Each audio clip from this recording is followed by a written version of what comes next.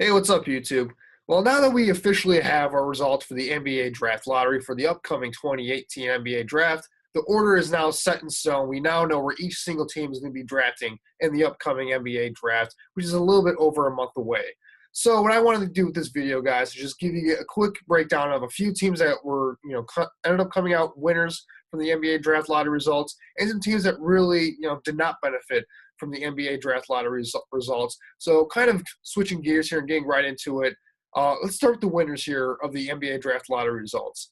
I think the biggest winner here right now has to be the Phoenix Suns. Now, they were the worst team in the NBA last year, and they had the highest chance of getting the number one overall pick. I mean, they had a 25% chance of getting the number one overall pick, and by golly, they got the number one overall pick. And they have a chance now that where they can add another building block to their team, where they really have two solid young pieces, I think, in Devin Booker and Josh Jackson. Those are two guys I think they can feel pretty confident in building around, especially Devin Booker, who's been an absolute stud in the first few seasons of his young career. He's been absolutely prolific as a scorer. Now they have a chance to add two, really, in my opinion, two different types of options, I think, for the Phoenix Suns here. They can either go with, my opinion, DeAndre Ayton, the best big man in this class, and really probably the best talent in this class, or they can go in a guy with Luka Doncic from Europe. When you look at DeAndre Ayton, starting with him first out of Arizona, this is a guy that will add a much-needed post presence for a team that relies so much on the perimeter game with Devin Booker shooting a lot of threes. Right now, they're just a little bit too much guard-oriented right now as an offense. Ayton's a guy that has every single requisite skill of a modern-day NBA big man. He can shoot from three. He's big and physical in the post. He can rebound. He's really athletic. He can get up and down the court really easily. He's just a full package offensively as an NBA big man. And he'll be able to transition right away into this team, I think, and really feel a nice big need for this team. Now, there are some negatives with Ayton as a player. He's not the best shot blocker, not the best rim defender at this point in his development. But because of his talent, size, and just overall athleticism, there is a lot of upside there where maybe the Phoenix Suns can think that maybe he can develop into eventually being that guy. But the offensive package will be very hard to really pass up, I think, for the Phoenix Suns now that they have the number one overall pick and they have the option to really choose whoever they want in this NBA draft. Now, I think the other option for them to go is Luka Doncic. Now, even though he hasn't really officially committed to playing in the NBA next season, which would be something to definitely watch over the next month, that story kind of progresses, I think. Luka Doncic is a very versatile offensive player that can do just about everything that you want offensively, and he'll fit very well with the Phoenix Suns roster that they have right now. When you look at Luka Doncic, he's a player that he's a very good shooter from downtown. He can handle the ball. He can drive. He can get to the rim and finish at the rim very effectively. And he's also a very good playmaker and passer. He makes other players on the team better. And he can really fit in very well next to Devin Booker, Josh Jackson, maybe even a guy like an Elfrid Payton to where, maybe he can play kind of that small ball four role because he's not the most athletic guy. You don't really know where you're going to get from him defensively at the next level. So that might be a bit of an issue, I think, for NBA teams coming up, especially the Phoenix Suns. But Doncic can do so much for this team offensively and just make every single person on this team better, I think. So for me, those are the two most enticing options. Another thing about Doncic, just really quick before I move on here, he's the head coach of the Phoenix Suns, Igor Kokoskov. He coached Doncic in Europe, so there's obviously a connection there. And if anybody's going to know how to use Doncic to his most, to his best ability, I think it's the Phoenix Suns here. So again, very intriguing right there. To me, those are the two top options for the Phoenix Suns, but really they couldn't lose any either way, I think. I'll get more to that when I start breaking down some of these prospects for the NBA draft. But now the Phoenix Suns, now they have the number one overall pick, they're in a really nice spot to get a stud in this upcoming NBA draft. So things are looking up for the Phoenix Suns, I think. Moving on to my next winner, the Sacramento Kings. Now, what's interesting with the Kings here, they were originally slotted to be the seventh pick in the NBA draft. They had a 5.3% chance of getting the number one overall pick with an 18.3% chance of getting in the top three. And they were able to get into the top three, not only get into the top three, but they got the second pick in the NBA draft. So really the luck went to their side here at the Kings here. They have a chance to get a really nice young player, I think, to kind of build off of what they already have there in terms of their foundation. De'Aaron Fox, he's a guy that they drafted this past season.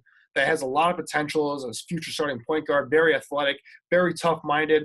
I really like Bogdan Bogdanovic. He showed a lot of flashes last season, I think, as well. And Buddy Hield has played a lot better in terms of being just a pure shooter. His shooting numbers have skyrocketed since he's been with the Sacramento Kings. He's showing to be a very solid piece, I think, going forward in terms of being just a pure shooter for this roster. But I think, look at all those three of those guys. They're all perimeter players. I think they need to add another big to the mix. And there's many options I think for the Kings. So they really get to pick the best big man available. Obviously, I think if Ayton falls to them, he's the pick. But there's a lot of intriguing options out there. I think Marvin Bagley, Jaren Jackson, Mo Bamba, they have their pick of any one of those guys at the number 2 overall pick. So it's whatever they want to, whoever they think can fit best within the roster that they're kind of building with their young core. And now that they get their rightful pick for them, that's a great spot to be in at the number 2 overall pick. Much better than being the 7th slot for sure. So the Kings, they definitely come out as winners, I think, with the draft lottery results coming out. And then my final winner here, it's got to be the Los Angeles Clippers for me. Now, they didn't really move anywhere. They were slotted to be 12 and 13, and that's what they got in the lottery. But the main thing with the Clippers here was they were able to keep the Pistons pick that they traded for in the Blake Griffin trade. Now, if the Pistons got a top 3 pick with their pick, they would have lost that pick. So the fact that they have 2 picks in the lottery, that's a big plus, I think, for the Los Angeles Clippers. Now, with that said, with the 12th and 13th picks in the NBA draft, they're not in a spot to truly get elite talent, I think. But it's really intriguing because they can either stay pat and really get 2 solid players in the NBA draft lottery near the end of the lottery, or there's a lot of intriguing trade packages I think they can offer up, whether it's trading back and getting more assets to kind of use for trade bait down the line as they kind of rebuild this roster a little bit, or maybe they can package both picks to kind of move up in the lottery and really get a true difference maker in the top 8 or so, because there's about 6 to 7 to 8 guys in this draft, I think, that can truly be difference makers when you look at some of the players coming out. So maybe they can pick, they can package a few picks to move up, or they can package one of their picks and maybe a guy like DeAndre Jordan, for instance. I know a team like the Cleveland Cavaliers who have the 8th overall pick, and I'll get to them later, but they might be interested in trading for a guy like a DeAndre Jordan. They can use one of those picks and a star that they have on the roster right now to kind of move up then, clear some salary cap space, and kind of just start the rebuild on this thing, get it going. Anyway, just the main thing here is that the options are really endless, I think, for the Clippers. And with Jerry West now running the show, basically, for the Clippers, you can never underestimate Jerry West and his ability as a front office executive. So with Jerry West in the fold, don't underestimate him. He can do a lot of things with the stuff that he has, with the assets that he has, with the 12th and 13th overall pick in the upcoming NBA draft. It's going to be very exciting, I think, for Clippers fans as they start to sort of begin this new era, I think, with Jerry West in the fold as the main guy, or kind of one of the main figures in their front office. Now, transitioning there, let's get to the losers. The big losers for me, it's got to be the Cleveland Cavaliers, man. They needed to get into the top 3, I think, in order for this to really come out as a winner for this NBA draft lottery. And unfortunately, they're stuck at the 8th slot. And what this really does for them as a franchise going forward is that it just further diminishes their chance of keeping LeBron, and it really hampers them in terms of their future, whether they can build their team going into the future. And what I mean by this is they don't really have a high enough pick to where they can really entice another team to trade for an all-star or a star player to help out LeBron and maybe, really convince LeBron to stay going to next year's free agency. But with that said, because they're at the number 8 slot, they're not in a spot where, even though it's a pretty deep draft, they're most likely going to be missing out on some of the elite talents at the very top of this draft. When we look at DeAndre Ayton or Luka Doncic or Marvin Bagley, some of those guys, even a Mo Bamba, maybe even Trae Young might be gone by that point.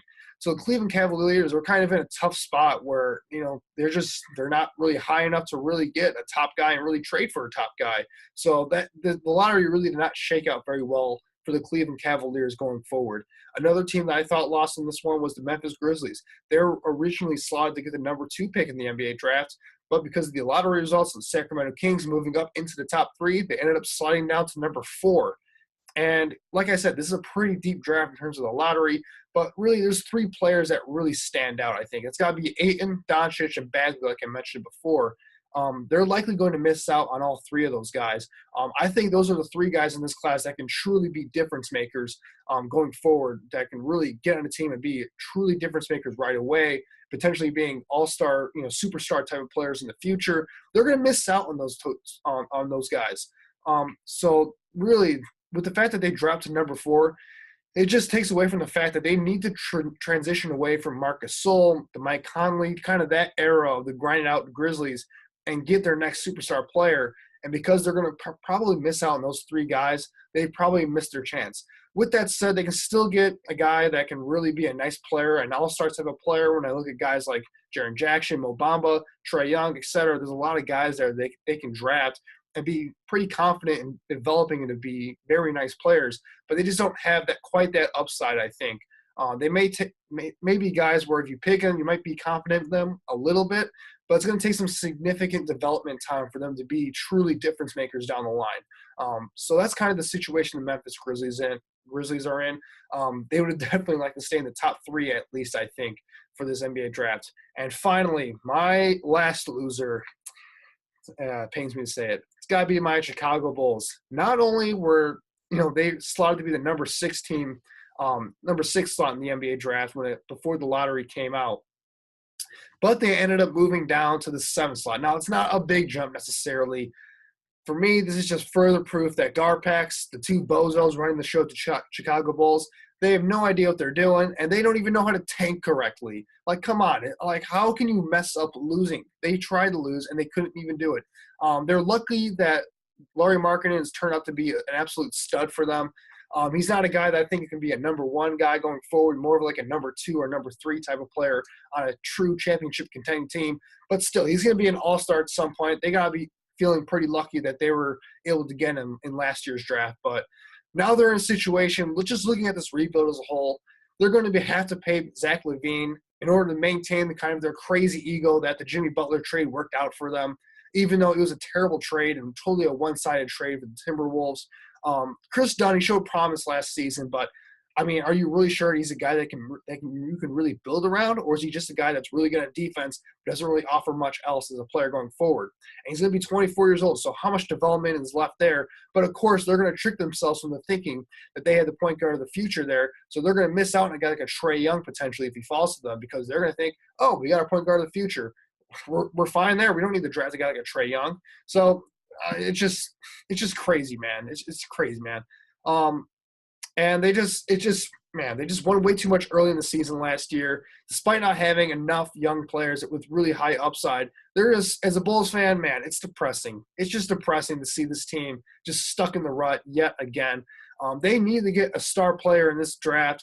They need to get up into the top 3 in order to get a stud player, really. Instead, they're in a spot where they're either taking a guy that's going to be basically just based off projection, they think that can maybe be a star player, but with the way that this franchise has absolutely been terrible in player development over the past few seasons, I don't think it's going to necessarily happen. Or they're going to probably pick a low upside type of player that has a really high floor, but probably won't be an all-star type of guy going into the future.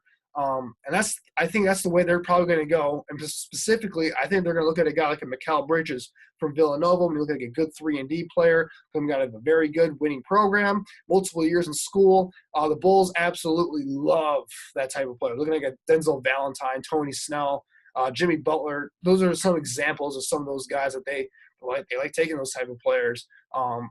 I think he would be a nice player if the Bulls did pick him. But again, he doesn't have the upside of being an all-star type of player at the next level. And that's what the Bulls need. They're really going to accelerate this rebuild. So it just sucks as a Bulls fan because getting into the top 3 would have been so nice to get a truly difference-making player. Instead, now that they're moving down to number 7 slot, the chances are with Garpax running the show, they're probably going to miss out on true difference-making talent for this kind of rebuild that they're in the phase of right now. But that kind of sums up basically the draft in general. A lot of these teams here, it really comes down to what you can do with the pick that you have, whether you can get a stud player, because we've seen in previous seasons like Donovan Mitchell this past year where you can get a guy late in the lottery to be an all-star type of player. It's whether you can really take advantage of that. So we'll see when it comes to draft day in over a month. I'll be doing more stuff for the NBA draft going forward. But, yeah, those are my quick thoughts kind of on who I thought were winners and losers of this past NBA draft results. Let me know in the comment section below what you guys think. Do you think any other teams were winners or losers from the NBA draft lottery results? Let me know in the comments section below. And of course, please leave a like and subscribe for more videos such as this. Thanks, guys, for watching.